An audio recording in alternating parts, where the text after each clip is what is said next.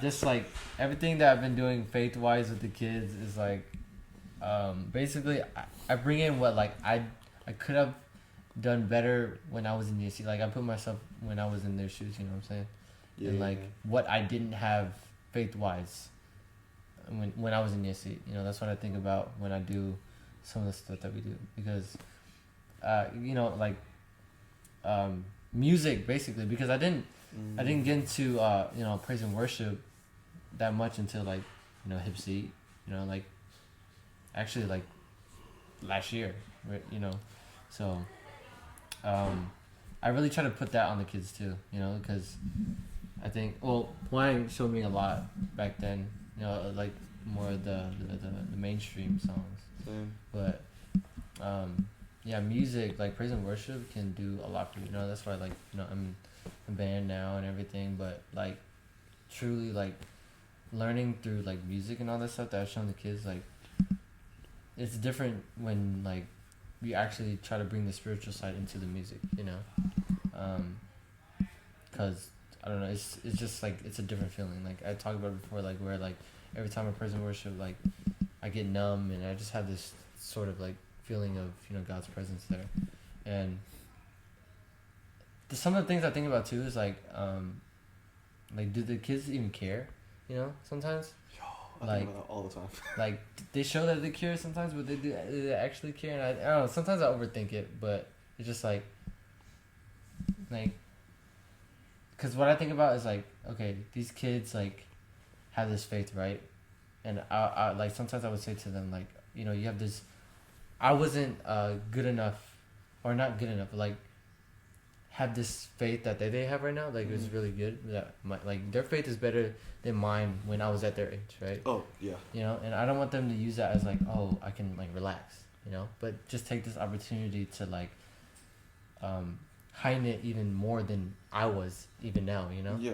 So it's like, I hope they kind of have that mindset in them because like they just have like this golden opportunity to take, you know, their faith in heights that we, you know, haven't seen it, you know.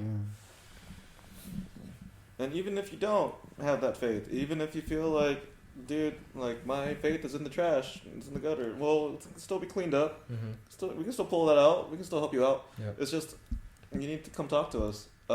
That's one thing that I've actually noticed with this year and just more recent years in general. You guys have been coming to us a lot more to talk, and then like you're not afraid to be vulnerable to talk to us about just like stuff, even about your faith, like questioning it or like other things. Obviously, we don't have all the answers for you guys, but we have a really good Jackie. Yeah. Jackie, it's really awesome, and he's helped. Awesome, yeah. Like some of my like I've been planning my lessons with him too. Really? Yeah, like straight up, like I call him up and sometimes I'm just like, hey, Jack, what does this sound like to you? And I was just like, yeah, it's pretty good. Here's some other stuff that you can add into it. I'm just like, oh sweet, so now it sounds like a homily. Dude, his homilies be sounding like a class, bro. I'm like, honestly. Hola. Yeah.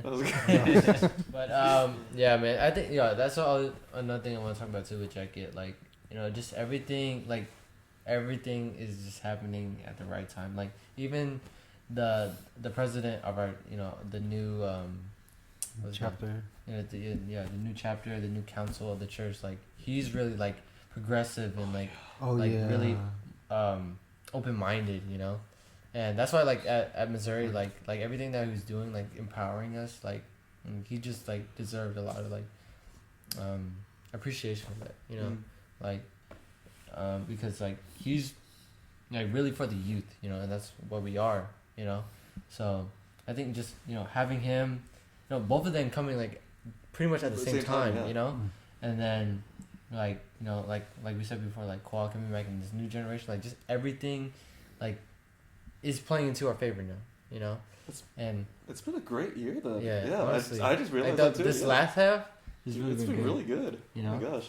And it just, like, sets us up for, like a great future, you know? Like, I have hope again, you know? Like, sometimes back then, like, it's just, like, sometimes you just feel helpless, you know, It's like, and hopeless. It's like, oh man, I have to go TNU again. I gotta look at all these kids Yeah, again, I man. mean, yeah. No, it pretty much is like direction, you know. It's like, it's just like not having a navigation system, you know. It's like not knowing where you're going is scary, you know.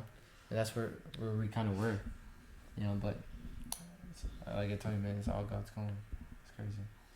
But yeah, the next thing I want to talk about. Oh, we just kind of talked about it, is the faith mindset that should be focused more on intimacy and unity specifically.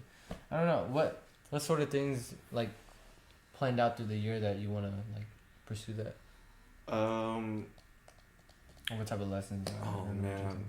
So if you don't know, I wanted to do a once or twice a month, just like sit down with everyone, and I'm actually gonna record it too, just so that we have it on file. Mm-hmm. Record that so that you guys can look back and see what how to think. It's a book that a Nguyen, or soon to be Nguyen, that is Hoang's friend, Nguyen from Canada, the other CA, from from Canada, and he recommended this book called I Don't Have Enough Faith to Be an Atheist. The title is really weird, but if you ever watch the videos whenever they come out, you'll start to understand why that is what it is. And then what I'm trying to do is read throughout all that book, because it's really, really dense, but I want to come out in a way that is very logical and is easy to understand for Kakam, and honestly for me too, because my faith isn't great.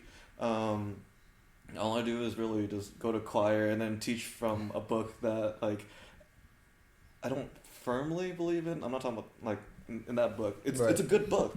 It's just there's something off about it. There's always that little one thing that's off. So yeah. I'm trying to finish that book, write all these lessons out, talk to Jad, do all this other stuff, because what it's trying to do is help, not just help people know why they believe in their faith. Right. Basically, like I said earlier, Ryan, you have all the spiritual side of it, and I'm trying to add in the logical side of faith, which is sometimes it doesn't make sense, like logic and faith. Some people say it doesn't make sense. I think faith is not supposed to make sense, you know. Faith doesn't. Yeah, exactly. So. But there is a way to get it there. Right. You can just trick your heart into believing. Yeah.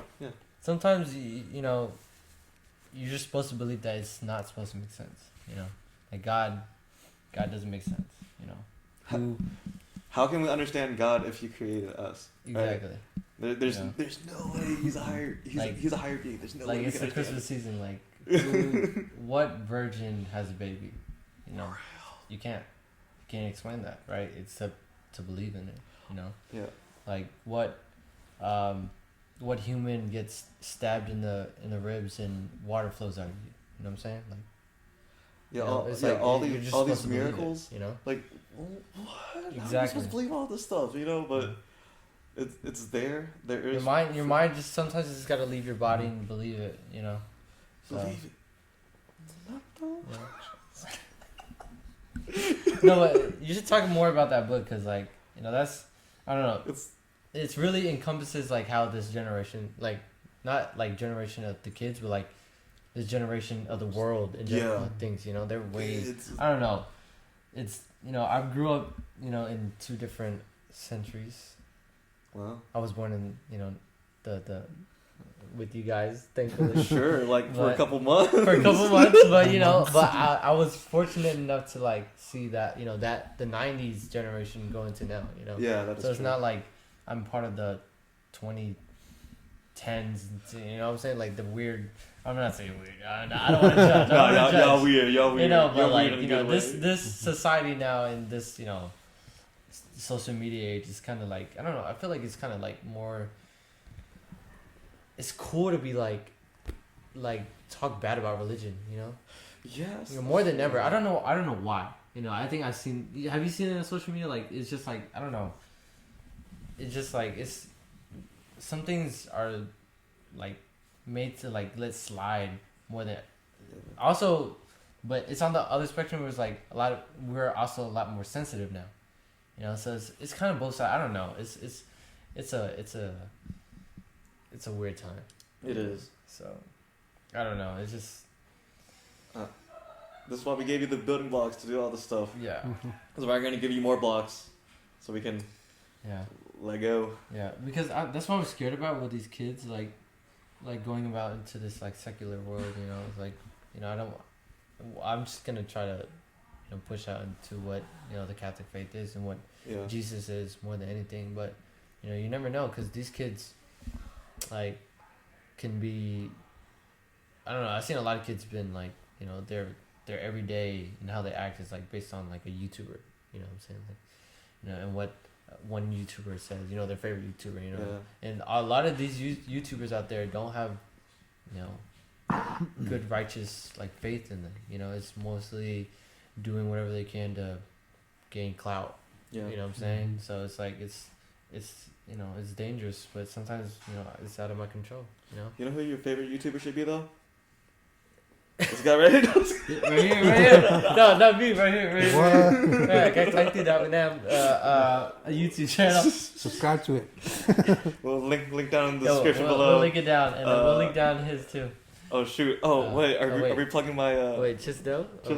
Wait. I actually don't remember what it's called. I think it's called Chisto. Chisto. So no, just not just the videos that I'm gonna be making. I'm gonna be doing a lot more, just like teaching stuff. Like, I've been behind the camera for like since 2014, since I became a Huynh. Basically, I've been behind the camera for like 5.5 years. Mm-hmm. So now I'm ready. What's the price you pay when you buy a camera, right? No, the price was like $1,000. Oh, you're right. No, but I'm finally ready. Good added fees. I'm finally ready to step up. Hey, at least it helped me out. Okay, I had to do it on my own before hella years. Yeah. Years, man. Yeah. We have that archived now, man. You just pass the torch right here to you.